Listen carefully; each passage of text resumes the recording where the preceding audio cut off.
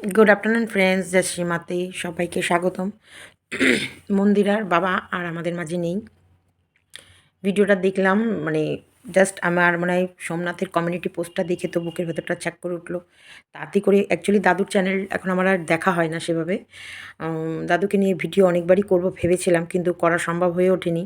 কারণ তোমরা জানো আমার বাড়িতেও একটা রুগী আছে, তাছাড়াও ভিডিও এখন তো আমি সেভাবেও খুব যে পরপর ভিডিও দেবো, সবকটা কন্টেন্টেরই দেবো, সেগুলোও করে উঠতে পারি না।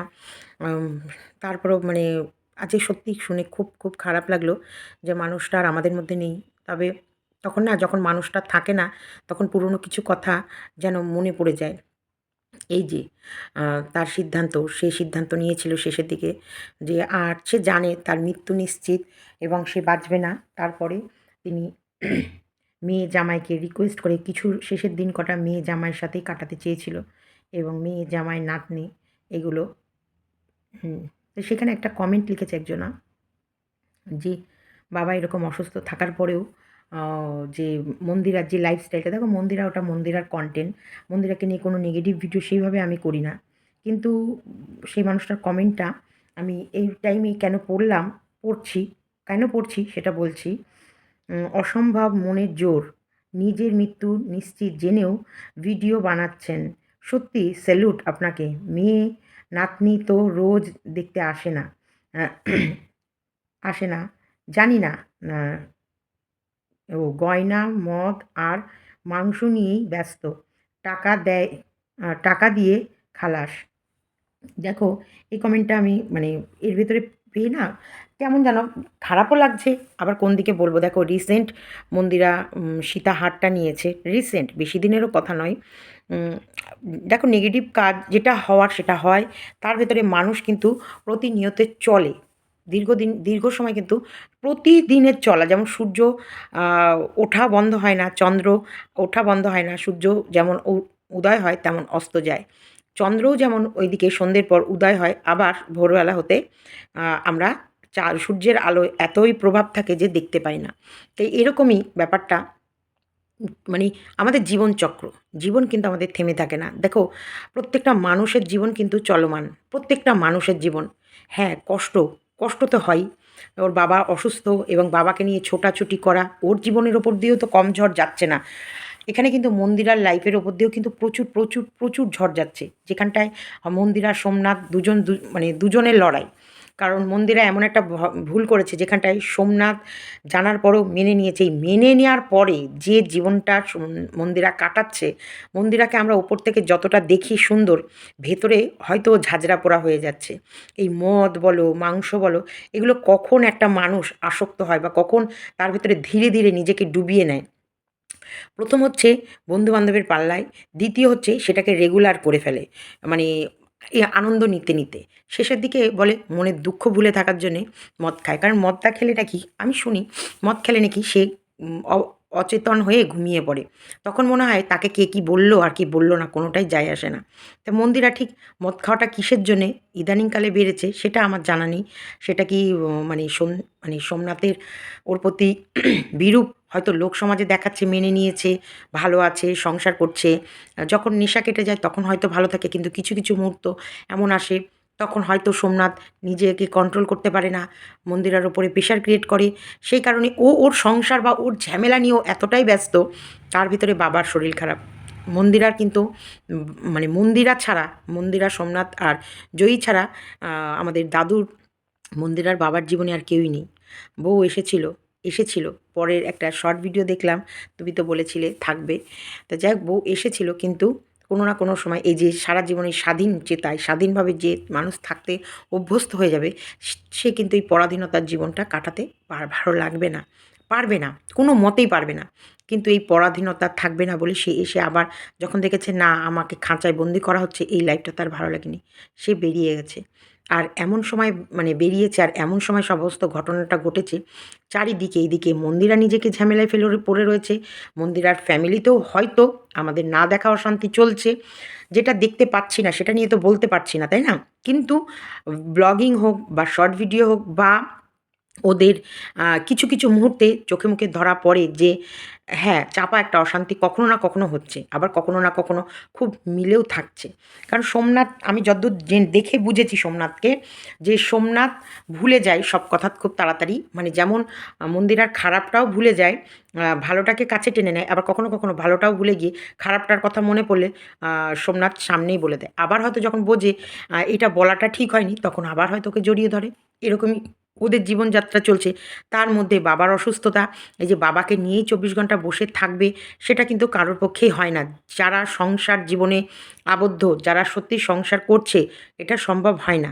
তবুও আমরা মানুষের মতন, যে মন্দিরার ব্লগে কিন্তু কখনোই ধরা পড়েনি যে বাবা এতটাই অসুস্থ বা বাবা এতটাই খারাপ অবস্থা। ভিডিওটা দেখলাম যদ্দূর সম্ভব, কতদিন মানে প্রায় ২-৩ সপ্তাহ আগের ভিডিও মনে হয়, যদ্দূর দাঁড়াও আমি দেখে বলছি।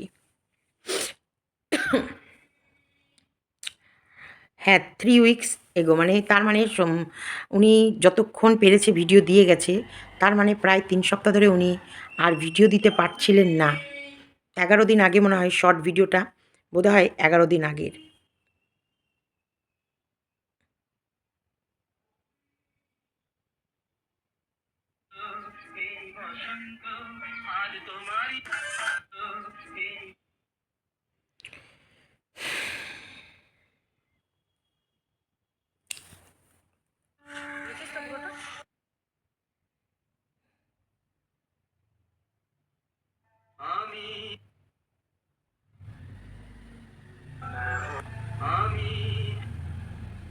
মানুষটা চলে গেছে, খারাপ লাগছে। ১১ দিন আগের, হ্যাঁ, এই শর্ট ভিডিওগুলো ১১ দিন আগের। হুম। তা ১১ দিন আগে মানে যা অবস্থা, মানে বড় ভিডিও করতে, তবুও ওর বাড়িতে যে মেয়েটা থাকতো সে শর্ট ভিডিওগুলো করে দিত মনে হয়। তা খুব খারাপ লাগছে মানুষটা আজকে আমাদের মধ্যে নেই। কিন্তু রোগ এমন একটা জিনিস, দগ্ধে দগ্ধে কষ্ট দিয়ে জ্বলতে জ্বলতে সে যে মুক্তি পেয়ে গেছে, এটার জন্যে ভগবানের কাছে আমরা অবশ্যই তার আত্মার শান্তি কামনা প্রার্থনা করি। সবার আগে বলব যে তিনি যেখানেই থাকুক ভালো থাকুক আর নিরোগ হয়ে জন্মাক। মানুষের শরীর থাকলেই রোগ হয়। কিন্তু এই যে প্রত্যেকটা মানুষ, প্রত্যেকটা সম্পর্ককে প্রত্যেকটা মানুষের উচিত যত্ন সহকারে ধরে রাখা। যখন রথ থাকে, বল থাকে, তখন ভুলে না যাওয়া। এই যে অন্য মানুষের উপর নির্ভর করে শেষ জীবনটা মানুষটার কীভাবে কাটলো, দেখে আমি একটু একটু আমি না একদম অন্যরকম মানুষ।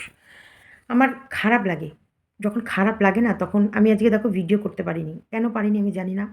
কিছু জায়গা আছে আমার যখন মন ভালো লাগে না, মানে লাগে না, তখন পারি না কিছু করতে। আজকে সেই মানুষটা আমাদের কাছে নেই। মানুষটাকে নিয়ে আমরা কত রকম কথা বলেছি, তাই না? যখন বলেছি তখন মানুষটাকে হয়তো আমরা চিনিনি, তখন বলেছি। আবার যখন চিনেছি, যার জন্যে বলেছি তারপর তাকেও বলেছি। আজকে মানে সেই মানুষটা মানে চলে যাবে এরকম, মন্দিরা সোমনাথ তো নিশ্চয়ই জানতো যে তার মৃত্যু নিশ্চিত। সেও বলছে একটা কাজ করতে না করতে, একটা রোগ নিরাময় করতে না করতে আরেকটা হচ্ছে। এই করে ইনজেকশন নেওয়ার জায়গা নেই, শরীরে খাম হয়ে গেছে। এটা হয়। আমার বাপেরও ট্রিটমেন্ট দেখেছি তো ক্যান্সারেরই। ক্যান্সার খুব কম যে পুরো ইয়ে হয়ে যায়, রিমুভ হয়ে যায় শরীর থেকে। কিন্তু খুব কম। কিন্তু এইসব রোগের ট্রিটমেন্ট সারা জীবন চালিয়ে যেতে হয়। সুস্থ হয়ে গেছে মানেই ট্রিটমেন্ট বন্ধ? না, এগুলোর কোনোদিন কোনো কিছু, পুরো রোগ ওদের শরীর থেকে যায় না। এই কেমোর মাধ্যমে বলো, অপারেশনের মাধ্যমে বলো বা সব কিছুর মাধ্যমে বলো, সেটাকে ধামাচাপা দেওয়া হয় বা সেটাকে ভয় দেখিয়ে তাকে বন্দি করে রাখা হয়। কিন্তু এরা সুযোগ পেলে দ্রুত, করোনা ভাইরাসের থেকেও দ্রুত সারা শরীরে স্প্রেড করে। এত দ্রুত ছড়ায় যে কিছু মানে তুমি সময় পাবে না। তো এইটুকুই রাখলাম। সবাইকে বলব যে ভগবান ঈশ্বর যেন তার আত্মার শান্তি কামনা করে এবং তাকে যেন ভালো পরিবারে জন্ম দেয়। আর মন্দিরা, এই সময় মন্দিরাকে আর তোমরা দোষ দিও না প্লিজ। মেয়েটা সত্যিই উম দেখো, যাকে বিশ্বাস করেছে সে যদি বড় বিশ্বাসঘাতক হয়ে সামনে দাঁড়ায় না, এই যন্ত্রণা। তারপরে এমন একটা কাজ করেছে, সেই জন্যে তার স্বামীর কাছেও কিন্তু বড়ই যন্ত্রণায় আছে। এইসব সংসারও কোনোদিন আর সুখে সুখ আসে না। যেটুকু মন্দিরা করছে, হয়তো মন্দিরার রোজগার আছে, বা মন্দিরা সেইভাবে মানে আর পরিস্থিতি নেই, কোথাও যাওয়ার নেই, বা দয়া বলো, মায়া বলো, এরকম করে।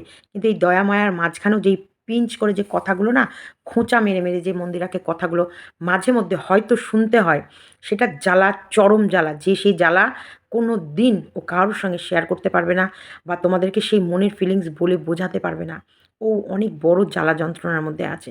নেশার মধ্যে ধীরে ধীরে একটা মেয়ে ঢুকে যাচ্ছে, মানে ভাবতে পারছো তো মেয়েটা কতটা কষ্টে আছে। আমি মন্দিরার পজিটিভ ভিডিও কখনোই করছি না, বা করিনি, কারণ মন্দিরা যেটা করেছে সেটার খণ্ডন তো মন্দিরাই করবে।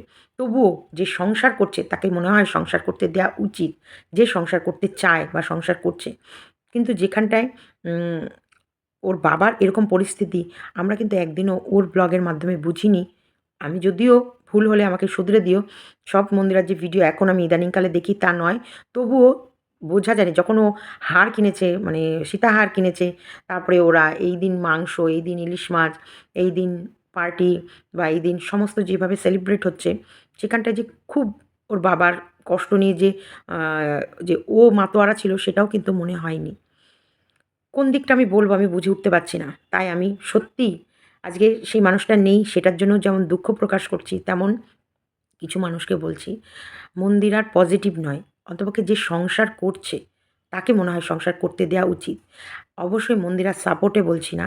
তবুও বলছি কোনো মানুষকে ব্ল্যাকমেল করে কখনোই তার আ গোপন কিছু কথা জানার পর সেটা ওপেন ক্যামেরায় এসে তাকে ব্ল্যাকমেল করে খাওয়াটা, এটা বড় অন্যায় কাজ। যেটা করছে যে, তাকে কখনোই সাপোর্ট করা যায় না। আর মন্দিরাকেও বলব, সব জায়গায় সব কিছু করতে নেই। তোমার বাবার এত শরীর খারাপ, সেই জায়গাটা তোমার মেইনটেইন করা উচিত ছিল। যে তোমার বাবা এত মারাত্মক একটা জায়গায় রয়েছে যেখানে তার যখন তখন কিছু হয়ে যাবে, এই সময় সোনার হারটা না কিনলেও পারতে। এটা আমার মতামত। ভুল বললে ক্ষমা করে দিও। মনে হলো তাই বললাম। ভালো থাকবেন যেখানেই থাকবেন। খুব কষ্ট লাগছে।